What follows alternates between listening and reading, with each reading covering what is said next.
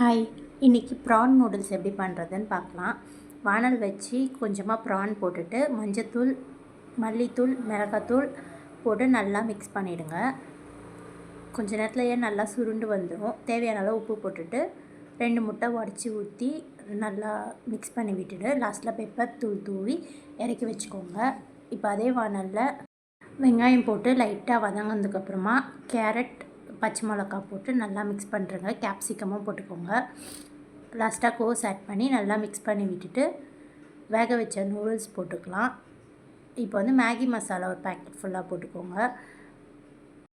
1 spoon garam masala, 1 spoon கடையில் வாங்கின garam masala, 1 spoon pepper, தேவையான அளவு உப்பு, சோயா சாஸ், டொமேட்டோ சாஸ் இது ரெண்டுத்தையும் ஊற்றிட்டு நல்லா மிக்ஸ் பண்ணிவிட்டு லாஸ்ட்டாக இறை ஆட் பண்ணி கொத்தமல்லி தழை தூவி இறக்குனீங்கன்னா சூப்பரான ப்ரான் நூடுல்ஸ் ரெடி ஆகிடுச்சு. ட்ரை பண்ணி பார்த்துட்டு கமெண்ட் பண்ணுங்கள். பாய்.